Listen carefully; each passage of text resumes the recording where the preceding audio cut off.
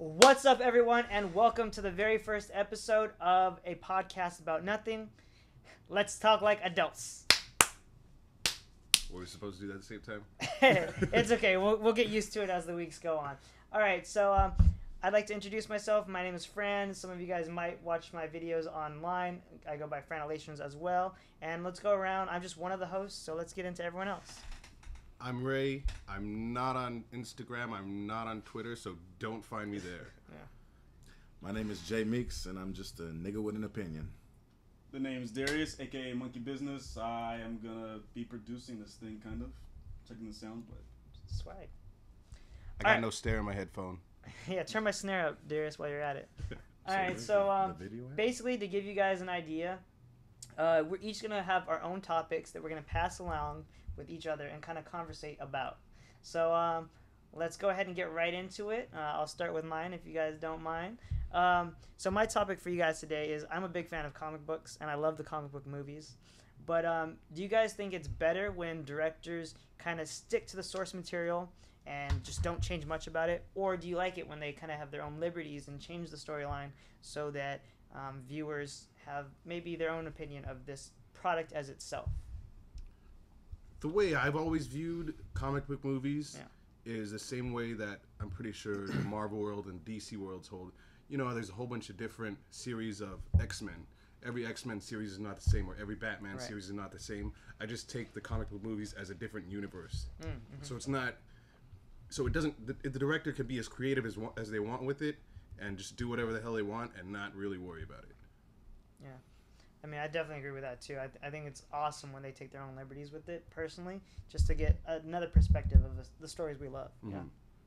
I think that these people should go ahead and make them geared towards a more adult audience, being that most of the people who grew up with comic books are now older generation, and these are the people that's going to be watching the movies and going and might be taking their kids, might not be, might be going with just their significant others or whatever, just a group of friends.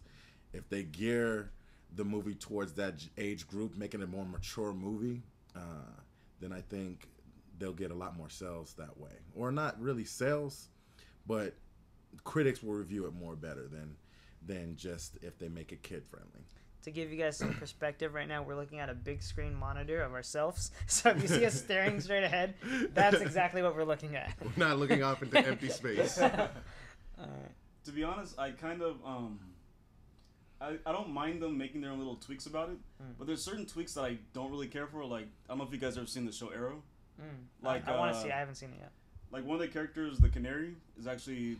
I didn't know people watched that show. I watched that I show. hear it's good. It's pretty popular. Yeah, I watched I hear it. it's pretty good. popular. Yeah, and it's on Agents of Netflix S.H.I.E.L.D. too. So, anyways, It's on Netflix too. yeah, so you can catch up.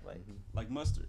They have the Canary. You guys know the Canary is blonde chick, whatever. She's played by Laurel's sister, but in the actual the comics, she's actually played by Laurel herself. So they kind of switch who plays who. Yeah. So if you follow comics at all, it kind of throws you off. But it's just kind of that's kind of to that point. I'm not a huge comic book reader. I'm a huge comic book movie fan, though. I've never read a comic book in my life. Not even the free comic book that you got on Free Comic Book Day when you're there to help me out? Right. No, I'm actually going to give that to you because I just wanted to look at it. He was Cool. being an asshole So, today. for at least a week.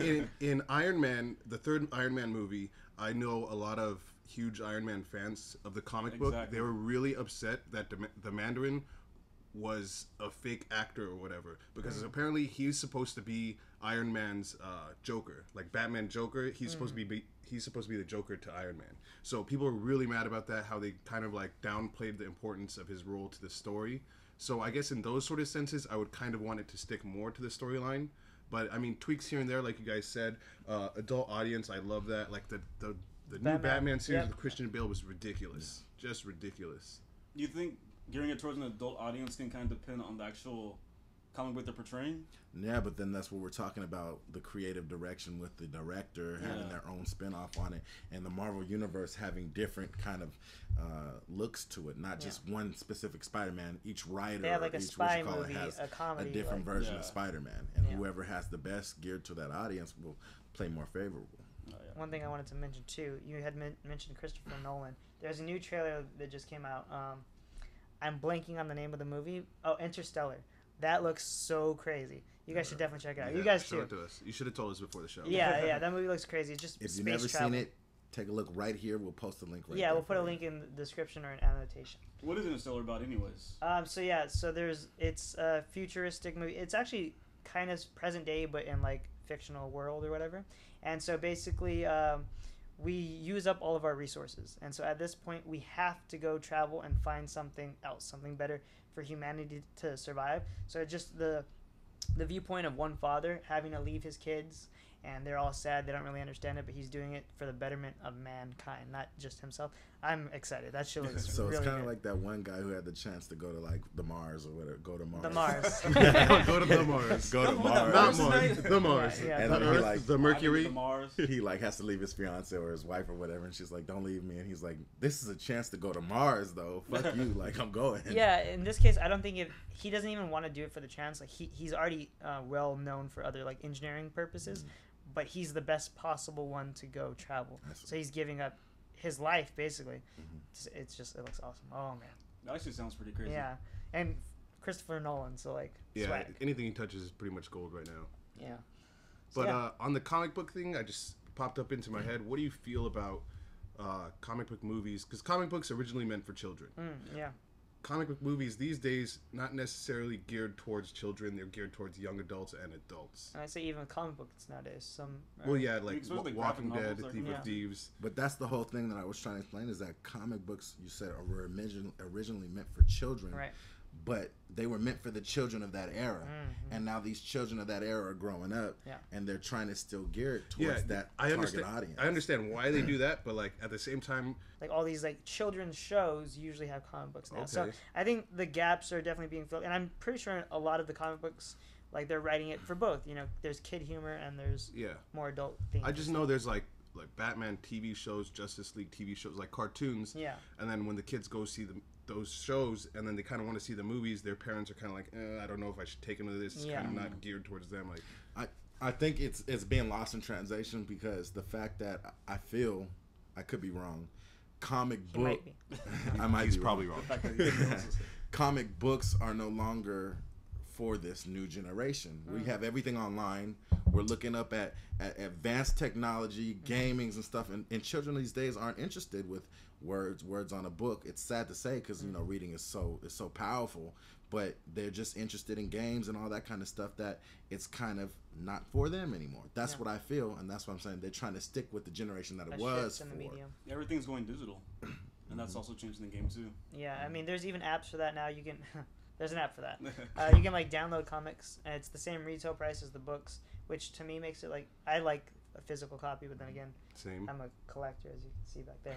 What would you be talking about back there? Well, I don't know what you're talking about. Over there's lamps. Pops. There's a lamp. Wait, this isn't a blue screen behind us?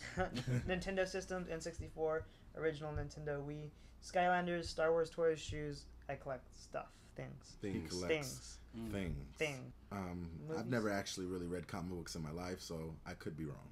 The only comic book I've wrong. Actually, I mean, they still got the manga, however you want to pronounce it. You watched whatchamacallit, right?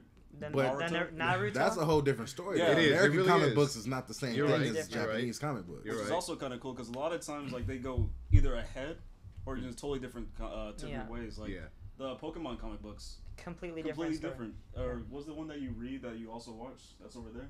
Walking Dead. There you go. Walking Dead. I can't see that far. And in a lot of cases, that's what I'm saying is the directors usually take their own liberties to add stuff, and I definitely agree with it. But when they go way left field, sometimes I'm like, maybe totally change the story. Yeah, maybe stick a little bit more to it. I can understand character swaps. Like for instance, you said one girl is usually a cousin of an uncle, and in this case, she's not. So. And I understand, like from scene to scene, like, hey, this might look good on paper, but I think it would look better this way in real life. Like that makes sense to me.